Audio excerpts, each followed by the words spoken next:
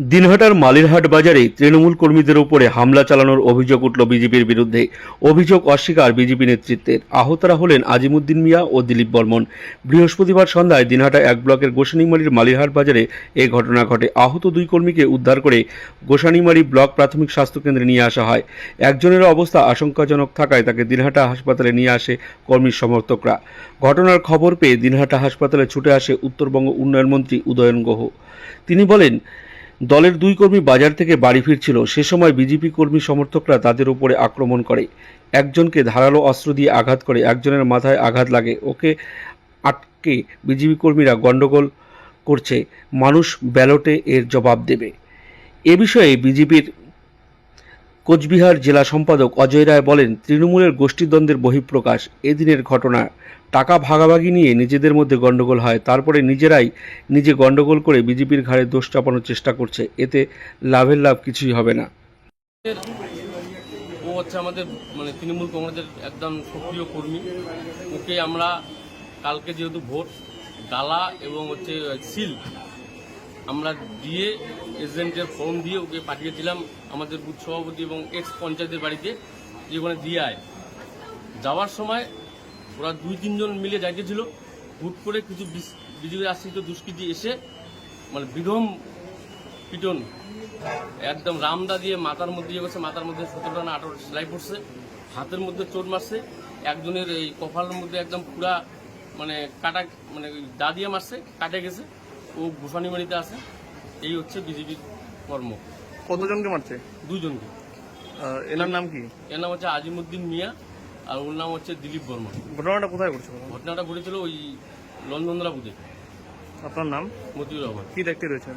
আমি পঞ্চায়েত সমিতির কৃষি কর্মকর্তা। একজন তৃণমূল কর্মী তিনি অভিযোগ করলেন, তিনি আহত হয়েছেন, যে বিজেপি তার উপরে হাসুয়াদি আক্রমণ করেছেন। বলবেন কি হয়েছে?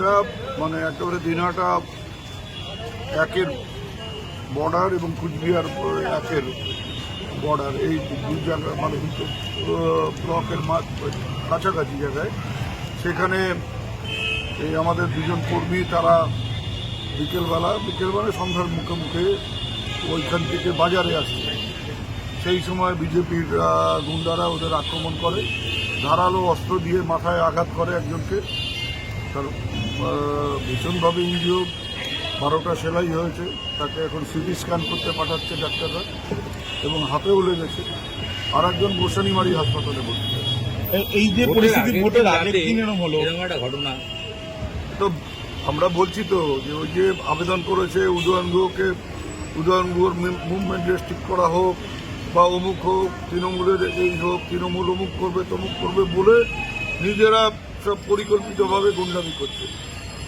এই যে 2 জনকে হাসপাতালে পাঠিয়ে দেয়, তারা যাতে কালকে ভোটের দিন শুধুমাত্র এলাকায় থাকতে যেন না পারে সেটা শুধু না, তারা ভোট দিতে পারবে না, তাদের পরিবারের লোকেরা ব্যস্ত থাকবে বা অন্যদেরকে তারা সংগঠিত করে ভোট এলাকায় নিয়ে যেতে যাতে না পারে, এইসবই হচ্ছে আর কি। কর্মীদের উপর সেই ধরনের আক্রমণ করা হচ্ছে। দলকে জানান এই পরিস্থিতিতে সাধারণ মানুষ ভোট দিতে আসবে।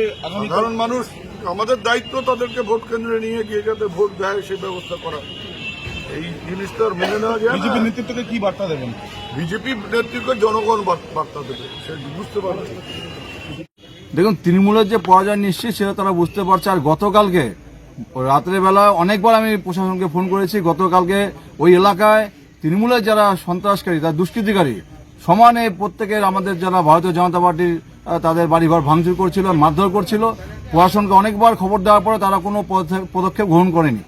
আজকে হয়তো তারা ওই কোথাও মারতে গিয়ে হয়তো নিজের মাথা লেগেছে, এই নিয়ে এখন মিথ্যে মামলা করছে এইসব।